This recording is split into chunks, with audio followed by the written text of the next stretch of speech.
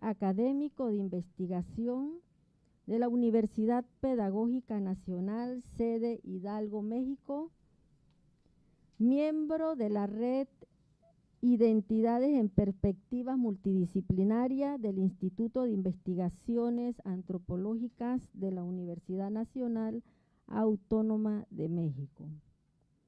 El tema que nos disertará el doctor Reyes fue producto de un artículo realizado con la doctora Rosa Arlet Mendoza Castillo del Instituto de Ciencias Sociales y Humanidades de la Universidad Autónoma del Estado de Hidalgo, México.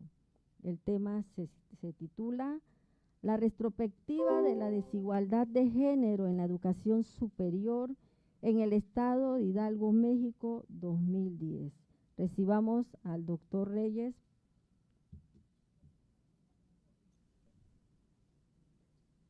Bueno, quiero agradecer a la Universidad de Panamá, al ICASE, por la invitación y a las personas involucradas en la realización de este evento.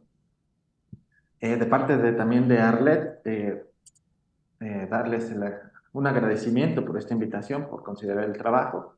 Y también quiero hacer una especie como de disculpa previa, porque hoy en México, bueno, hoy es 19 de septiembre, en México se conmemora el tema de la tragedia que ha sufrido México durante los últimos 30 años, 40 años, porque justamente este día fueron sismos catastróficos en el país. Entonces, me disculpo porque seguramente, como estoy en la universidad, en un espacio público, en unos minutos se va a escuchar un borlote con mucho ruido porque se va a llevar a cabo un simulacro. Pero bueno, yo estaré encerrado, ¿no? Yo espero que sea un simulacro y no sea un sismo real, ¿no? Y se va a escuchar mucho ruido en momentos, pero no interrumpir, ¿sí? Bueno, voy a hacer la presentación. Por favor, me indican si la pueden observar. Sí se observa la presentación, doctor. Sí, ¿verdad? Sí. Bueno. Bueno, la presentación se llama Una retrospectiva de la desigualdad de género en la educación superior en el Estado de Hidalgo, México. Bueno, antes quiero comentar que el Estado de Hidalgo es una de las 32 entidades federativas de la que se compone el país. Está señalada aquí en la portada. De la ciudad capital, está a aproximadamente 1 hora de distancia, o 80 kilómetros. Es una entidad federativa que actualmente tiene una población de 3 millones de personas y conforma el 2% de la población nacional. En la ciudad capital se concentra una tercera parte de esa población, es decir, en la ciudad de Pachuca hay 1 millón de habitantes y en el resto de la entidad 2 millones. O sea, es un estado pequeñito. Bueno, históricamente los países y México también han tenido una serie de marcos obligatorios para lograr y garantizar la igualdad de género, ¿no? Los instrumentos internacionales para ello han sido pues, la Declaración de los Derechos Humanos en 1948, ¿no? En el que se garantiza que todas las personas son humanas y por lo tanto tienen derechos solo por el hecho de haber nacido como humanas. Otra que es muy importante y que está orientada específicamente a atender o luchar en contra de las discriminaciones es la Convención sobre la Eliminación de todas las formas de discriminación contra las mujeres, la CEDAW por sus siglas en inglés, construida o armada en 1979 y México firmó el convenio hasta 1981, ¿no? Es una convención que intenta paliar las desigualdades estructurales contra las mujeres. Después está la Convención Interamericana para Prevenir y Sancionar la Violencia contra la Mujer, llamada la Convención Belén do Pará, por el lugar donde se llevó a cabo, firmada en 1994, ¿no? Básicamente se trata de una convención para evitar todos los tipos de violencia contra las mujeres y la Declaración de Plataforma de Acción de Beijing al año siguiente, ¿no? También firmada por México. Esta declaración y plataforma de acción no solamente es una firma de buenas intenciones, sino que ya establece una serie de instrumentos para evaluar el avance que los estados hacen con respecto a los programas firmados previamente, ¿no? Entonces, bajo esta lógica, la definición que hacen los organismos internacionales es equivalencia de derechos, responsabilidades y oportunidades de las mujeres y hombres, ¿no? Para atender, bueno, las niñas y los niños, ¿no? Para atender las necesidades, intereses y prioridades referentes, pues, a esta discusión, ¿sí? Ahora, ¿por qué nos metemos con este tema de las universidades, el acceso y la equidad? Bueno, hay que recordar que la primera universidad en el mundo fue una universidad creada por una mujer musulmana, ¿no?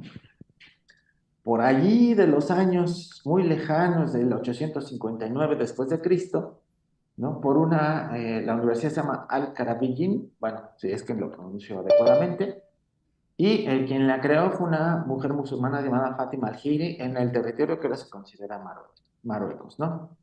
Y bueno, esta idea o esta institución trasladada como concepto y como institución, bueno, sabemos que se tomaron las ideas y se instituyeron en Europa, ¿no? Eh, tenía la característica de que, a diferencia de lo que pasó en Marruecos, en el ahora Marruecos, Fátima Al-Hiri, las mujeres tenían acceso a las universidades, al conocimiento, al cúmulo de conocimientos que se tenía y se difundía y se estudiaban ahí. Si bien esta es una de las universidades, hay otra previa que no está tan considerada universidad, que no, solo se centraba al estudio de la religión musulmana, pero esta no. Y cuando se trasladó el concepto como universidad a Europa, particularmente en Bolonia, Italia, Francia, ¿no? En la Universidad de París, por ejemplo, cuando tocó territorio europeo, el acceso a las mujeres a las universidades se cerró completamente, ¿sí? Solamente en otros territorios aledaños a la Europa es que las mujeres tenían acceso a las universidades como estudiantes y como profesoras. Por ejemplo, en el actual territorio iraquí, ¿no? En el Medio Oriente, en las zonas nortes de África, en estos mismos años se le permitió el acceso a las mujeres. Y en Europa, particularmente, fue hasta el siglo XIX donde se le permitió acceder a estos espacios. ¿Cuál es la base histórica de esta restricción? Bueno, pues es el género, ¿no? Es el conjunto de tipificaciones, ideas, valores, ¿no? De lo que significa ser hombres y mujeres en las sociedades occidentales y occidentalizadas, ¿no? Las implicaciones políticas de estos significados es que han considerado aquello asociado a lo femenino como inferior y subordinado a lo masculino, como una categoría secundaria, eh, a diferencia de la categoría central, que es lo asociado a lo masculino, ¿no? Y la adscripción de lo femenino, en este caso, y como consecuencia las mujeres, al espacio privado y doméstico, mientras que lo masculino, pues a lo público, a lo prestigioso, ¿no? Por lo tanto, las mujeres eran entendidas, ¿no? Como vinculadas necesariamente a esas actividades que suponen el cuidado a otros, el cuidado de lo privado, el quehacer doméstico y alguna otra actividad referente o asociada a ejercicios considerados no racionales ni públicos, sino lo privado y lo emocional, ¿no? Esta es una de las razones de este ejercicio. Y bueno, haciendo un análisis con respecto a México, la distribución de acceso de mujeres y hombres a las universidades, ¿no? Pues también tiene esta característica, ¿no? Fue hasta el siglo XIX, cuando, por ejemplo, en la imagen que está en la esquina superior izquierda, Margarita Chornay fue la primera mujer que se graduó como dentista pero se graduó desde su casa, no la dejaron pasar a la universidad porque las mujeres no tenían acceso a la universidad, ¿no? Como su padre era dentista, quiso matricularla a la universidad, le dijeron que no, pero que podían certificarla. Entonces, los docentes, perdón, en ese entonces tuvieron que asistir a la casa, hacerle evaluaciones en su casa y de su práctica como dentista, como odontóloga, para poderle otorgar un título, ¿no? Solamente así es que ella pudo obtener, ¿no? Pero no pisó la universidad. El otro caso fue de las mujeres que están señaladas abajo, por ejemplo, Matilde Montoya, fue la primera médica en México. Para poder acceder a la universidad tuvo que pedir permiso de forma directa mediante una carta al entonces presidente mexicano para que el presidente diera una orden de que se le permitiera acceder a estudiar, ¿no? Si no es por eso, no había forma de que las mujeres pudieran acceder a la universidad. Y cuando se graduó, el propio presidente asistió a su examen profesional, ¿no? Después, pues bueno, esta otra mujer en el área de ingeniería, ¿no? Concepción Mendizábal, también tiene estas características. Pero bueno, ¿cómo ha sido la distribución de estas mujeres? Aquí podemos ver cómo ha sido la distribución histórica desde el siglo XIX, que era una mujer, ¿no? Hasta en los años 20, que ya empezó a tener los permisos, porque eran permisos, no eran derechos, ¿no? De acceder a las mujeres y hombres a los espacios universitarios. Y bueno, cerramos el dato que ahora se considera que hay más mujeres que hombres, ¿no? Por cerca del 1%, y el gobierno mexicano se jacta de que se alcanzó la equidad de género, ¿no? Incluso se dice, o se presumió durante muchos años, o algunos años, que ahora se superó la igualdad de género. Pero bueno, vamos a analizar este ejercicio, ¿no? ¿Cómo definimos igualdad de género? Entonces, ¿no? Con estos criterios. Bueno, la equidad de género, pues no solamente es tener los mismos derechos y obligaciones, sino también se analiza con indicadores de representaciones de mujeres en los espacios universitarios, ¿no? Pero también con respecto a cada programa educativo, ¿no? Que casualmente están cargadas de estos mandatos de masculinidad y feminidad. ¿Cómo analizamos esto para el caso del Estado de Hidalgo? Bueno, quisimos verlo retrospectivamente por una investigación más amplia, ¿no? Y utilizamos los datos censales de población y vivienda, donde analizamos a los hombres y las mujeres que acuden a la escuela en una edad promedio entre 18 y 29 años, ¿no? Y cuya distribución podemos verla que son 33.453 varones, pero más mujeres, ¿no? Entonces, por eso se jactan de esa equidad. ¿Cómo analizamos esto? Bueno, hicimos un ejercicio estadístico básico que es el análisis por tasas, ¿no? Hicimos un análisis de absolutos con la elección de carrera por sexo, ¿no? En función de cada formación académica. ¿Qué resultados encontramos en el 2010, básicamente? Que efectivamente había más mujeres que hombres en los estudios universitarios, en el rango de edad de 18 a 29 años, ¿sí? Entonces, ya con eso, el entonces gobierno se jactaba de que se había logrado la equidad, hasta se había superado. ¿Quién sabe qué quería decir? Nadie entendió qué quería decir con que se había superado la equidad de género, pero el dato era este, ¿no? Sin embargo, al estar revisando los datos, ¿no? Hicimos una especie de análisis desplegado por rangos, por edades. Entonces, vimos que de los hombres que hay en el estado de Hidalgo de 18 años, ¿no? Del total de hombres de 18 años que hay en el estado de Hidalgo, el 70% son los que asistían a la universidad. Mientras del total de mujeres que existen en el estado de Hidalgo de 18 años, solamente el 66.9 asistían, ¿no?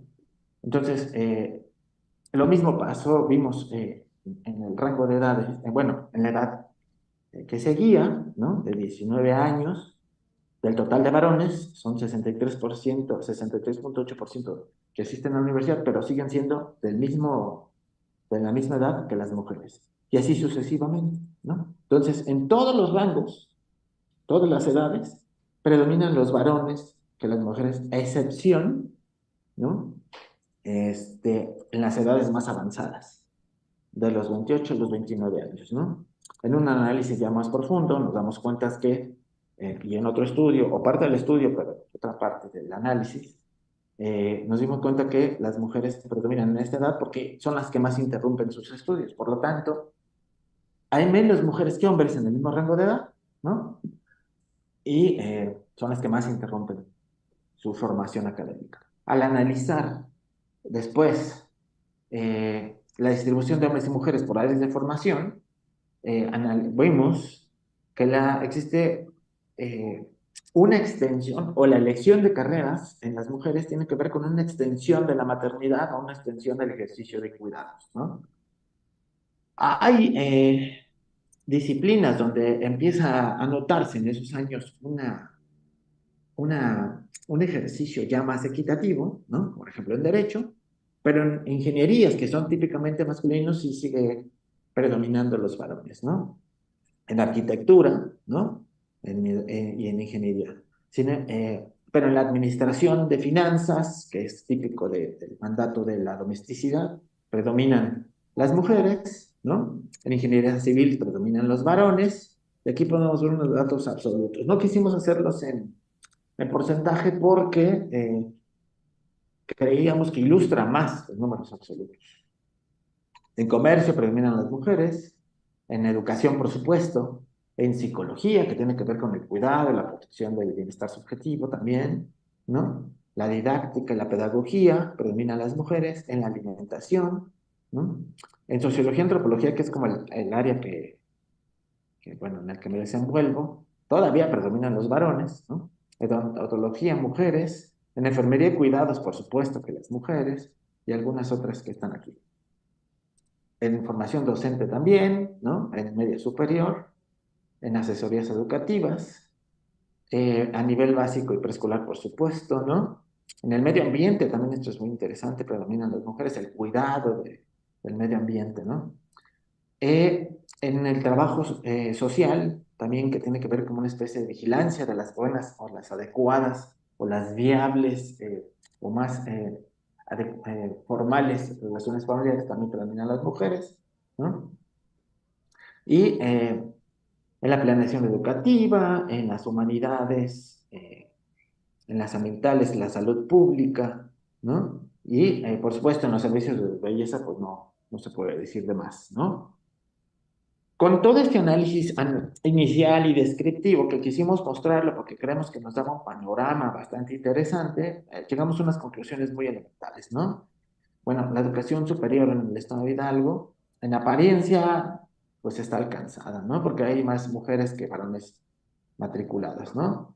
Sin embargo, por el análisis por edades, deja ver que en cada uno de los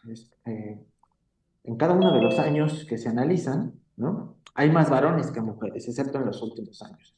Y además persiste una influencia de mandatos que orientan a las mujeres hacia actividades que consideramos que son extensiones de la paternidad, extensiones de la domesticidad, ¿no? Pero profesionalizadas. Entonces, aunque haya más mujeres que hombres, sigue persistiendo un ejercicio bastante notorio de, de elegir y de proponerse para actividades consideradas como inherentes al mandato de género. Entonces, con esto quisiera terminar la presentación. Fue una revisión muy rápida, muy pronta y que, bueno, con base en este pequeño hallazgo que no se había mostrado en la entidad, quisimos mostrar este tipo de reflexiones y análisis. Muchísimas gracias.